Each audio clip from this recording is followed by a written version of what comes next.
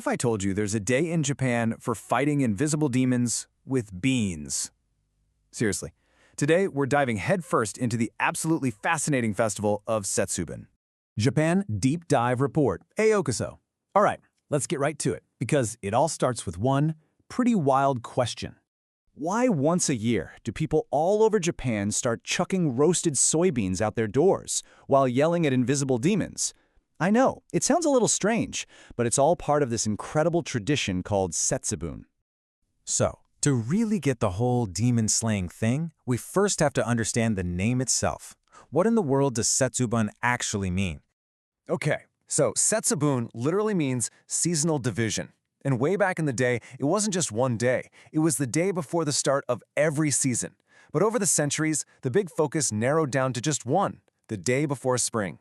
See, in the old calendar, this was seen as a really fragile in-between time, a kind of doorway between the death of winter and the new life of spring.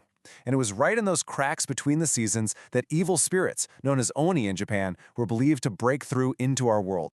And how do you fight off these spirits? Well, this is where we get to the main event, the bean-throwing ceremony, which is known as mamemaki. So on Setsubun evening, families will throw roasted soybeans out their front door and then toss some back into their homes, all while chanting this very specific phrase. It's kind of like a spiritual command. Oni wa soto, fuku wa uchi. It's a beautifully simple but really powerful idea. You are literally yelling, demons out, good fortune in.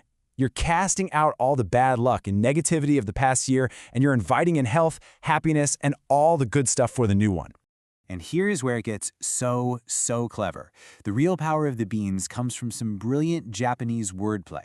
You see, the word for bean is mame, but the sound mame can also be written with characters that mean demon eye. So by throwing a mame, a bean, you're symbolically striking the mame, the demon eye, which is believed to cause mametsu, demon destruction. It's a supernatural pun. How cool is that?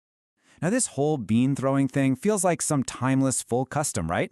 But its roots are actually in the highest levels of the imperial court. Let's trace how it got from the palace to the people. It all started way back in 706 AD with this really serious court ritual called suina. Just imagine an official in a terrifying four-eyed golden mask whose job was to formally chase demons out of the palace. Wild, right? Well, over hundreds of years, this practice started to change. By the Muromachi period, nobles and samurai were doing it. And by the Edo period, it had become a widespread folk custom for everyone. And now? Well, today, it's often the dads who put on the demon masks so their kids can playfully carry on a tradition that's more than 1,300 years old. But hold on, beans aren't the only weapon in the demon-fighting arsenal. There is another line of defense, and it's a lot smellier. Meet the Hiragi Awashi. This is a talisman made from two things. First, a holly branch, because its sharp thorns are said to pierce a demon's eyes. Ouch! And second, the head of a grilled sardine. Apparently that really strong, fishy smell is absolutely disgusting to demons. So families hang these at their doorways to create this powerful barrier that no evil spirit would ever dare to cross. And this very strange-looking talisman actually gave birth to a famous Japanese proverb all about the nature of faith itself. The proverb is, Iwashi no atama mo shinjin kara, which basically means, even a sardine's head can be an object of faith. It just perfectly captures this core idea in Japanese folk belief. If you have sincere conviction, anything, no matter how humble or weird, can hold sacred power. It's the belief that makes it real. So what happens to the beans you throw inside the house? Well, you don't just sweep them up. To bring all that good fortune inside yourself, you eat them. The tradition says you eat one bean for each year of your life, plus one extra for good luck in the year ahead. Now, while eating beans is an ancient custom, a much newer, and you could definitely argue, much more delicious, Setsubun tradition has pretty much taken over Japan in the last few decades. Let me introduce you to the Eihomaki, which means lucky direction roll. Now, its roots trace back to merchants in Osaka, but this custom only blew up nationwide in the late 1990s, mostly because of a huge marketing campaign by convenience stores. It's a perfect reminder that traditions are always evolving. But you can't just eat it any old way.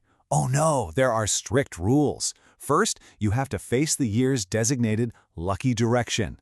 Second, you must eat the entire roll without cutting it, because cutting it would symbolize cutting off your good fortune. And third, And this is probably the hardest part. You have to eat the whole thing in complete silence. From the first bite to the last, not a word, so you don't let your good luck escape. So when you put all this together, the beans, the masks, the sushi, what are we really looking at? Well, the story of Setsubun is this incredible journey from the emperor's court to the corner convenience store. The story of Setsubun is really a story about transformation. It shows how a super serious formal exorcism can turn into a fun, beloved family ritual, and then how it can adapt yet again to become a massive commercial event with convenience stores selling millions of ihomaki rolls every year. It's a living tradition that beautifully connects the past to the present. Which kind of leaves us with one final thought. You and I, we may not throw beans at literal demons, but what are our modern rituals for getting a fresh start? What do we do to chase away the negativity of the past and welcome a little good fortune into our own lives? Something to think about. Thanks for joining this deep dive.